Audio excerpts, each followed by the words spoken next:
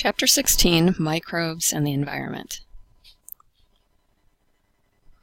We're going to be looking at some of the different cycles that go on in the earth, and just a couple things to think about. If you were to take a pinch of soil, you may not think much of it, but there could actually be 1 billion microbes in that little tiny bit of soil. In that tiny little bit of soil, of those 1 billion microbes, there could be 10,000 different types or different species. And so while we don't see these with our naked eye, we do need to know that it's very important that these microbes work with us and all the other living organisms in order to recycle nutrients that are important, refresh our environment, clean up waste, and basically keep us alive. So what we can't see, it's a little hard to fathom sometimes, but hopefully after this class you'll learn a little bit more. You already have learned a lot more about what that means. So when we look at the Earth's ecosystem, we want to kind of think about some terms here because a lot of times they're used and we want to make sure we understand what it means. An ecosystem is basically a community of all the living organisms and how they interact with non-living factors in a certain space. So we could look at several different areas, but if we're looking at a certain area, we want to look at what's living, what's non-living, and how do they play a role against each other, to or with each other. And so thinking about, water and the different chemicals that we're going to be looking at in all the living organisms as a large group. So a lot of times you'll see this term biota in order to describe all the living organisms. We talked about the microbiota or microbiota on you as far as all the microbes that are living on a person as well. And so these interactions are very important, and they can change a lot based on different chemical and physical factors. But basically these systems all drive each other, and it's important to recognize how they do that. So first of all, a habitat is also the physical space or location where something resides or where we're looking at. And so if we think of a living organism, it's where they live. Usually there has to be quite a bit of water if microbes are going to be able to live in those areas, which is kind of what we're focusing on here. So a lot of times soil has enough of water content. Freshwater or marine water is where we're going to find a lot of microbes. Some can survive in drier environments, but most are going to need to have water at some point. As far as a community goes, if we're looking, we could look at different organisms living together, but if we think of a community of microbes, what else are they living with? What are they coming into contact with as well? So in any community that we would look at, the two major factors that we need to think about are energy sources and then chemical substances. Energy, all cells need energy, and we talked about how you can convert food energy into ATP. We also talked about photosynthesis, so something that would generate its own food, but basically all cells are going to need to either make their own food or obtain their own food to get energy. In that food you have different chemicals that are important: carbon, hydrogen, oxygen, nitrogen, and other substances as well.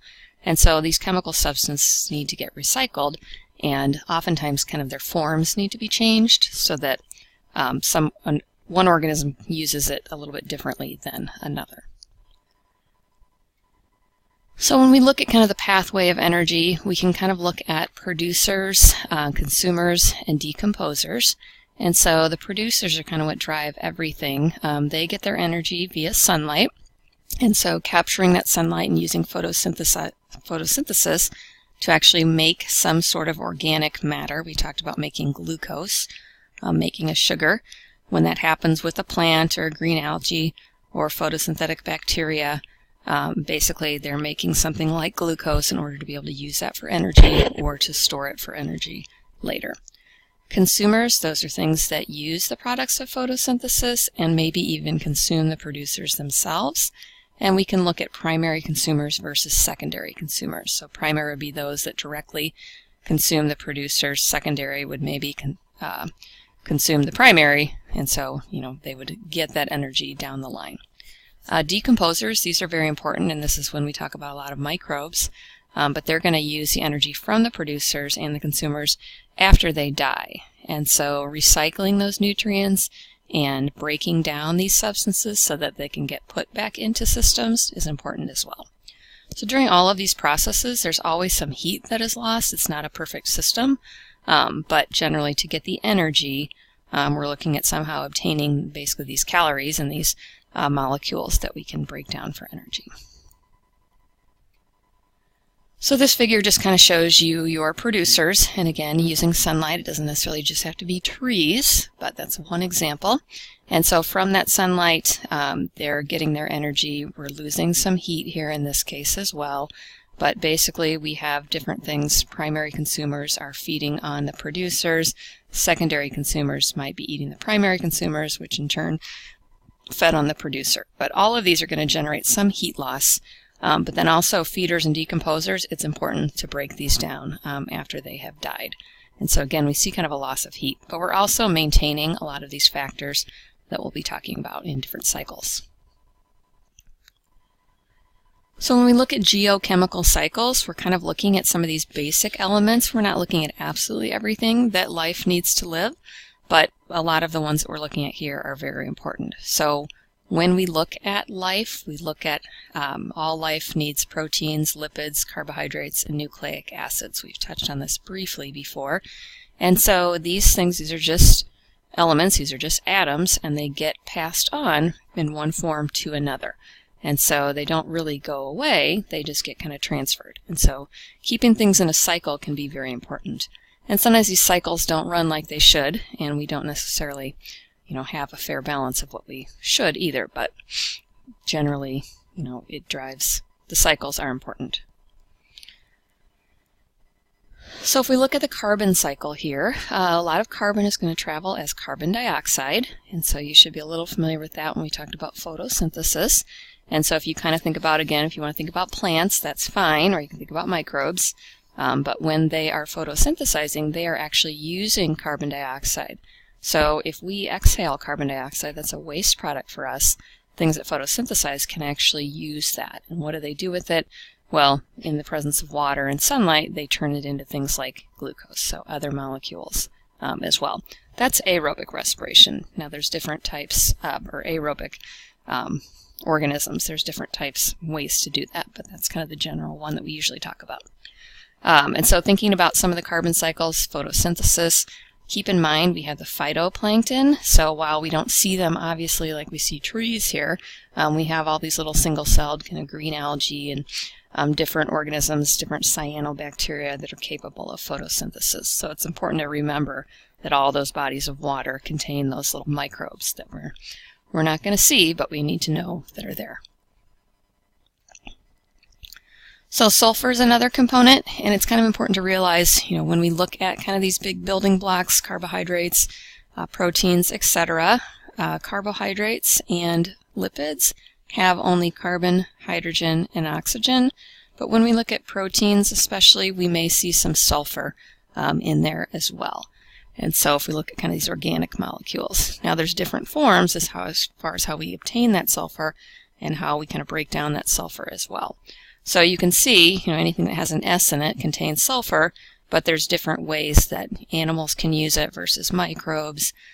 Sometimes it's a product that they're giving off, and it may combine with something else as well. And so not expecting you to know too much about the different types of sulfur, but just realize it's important, especially when it comes to some of the amino acids and some of the proteins that we need to build.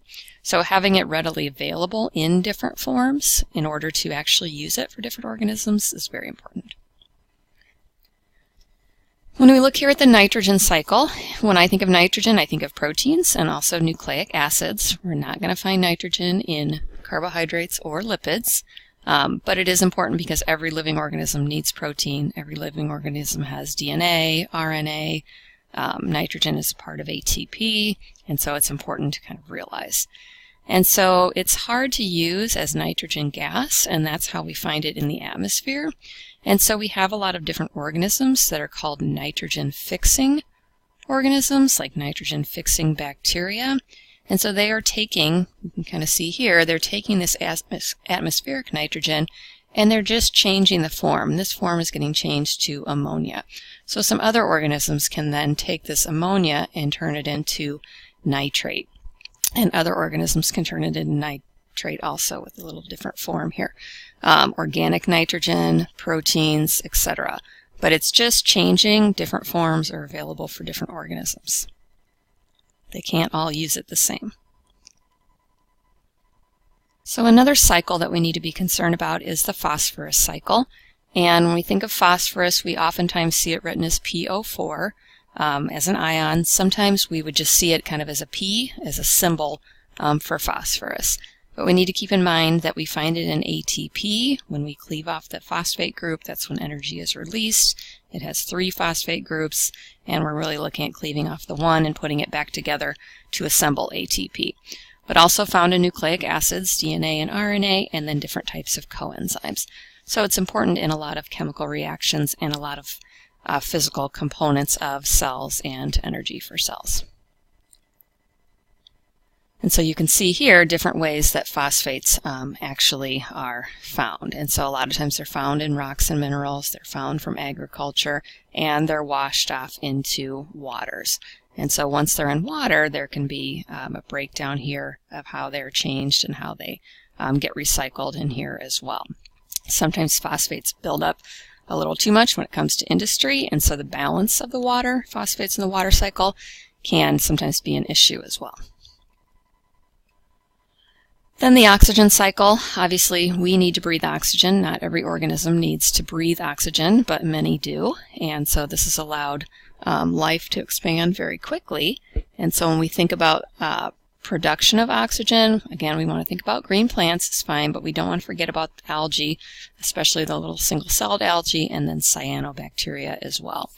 And so we're going to find oxygen in all of these molecules that we look at, all of the organic molecules, water, carbon dioxide. You're going to see oxygen in a lot of different forms in that case. And so it does get recycled through, and it drives a lot of these processes as well.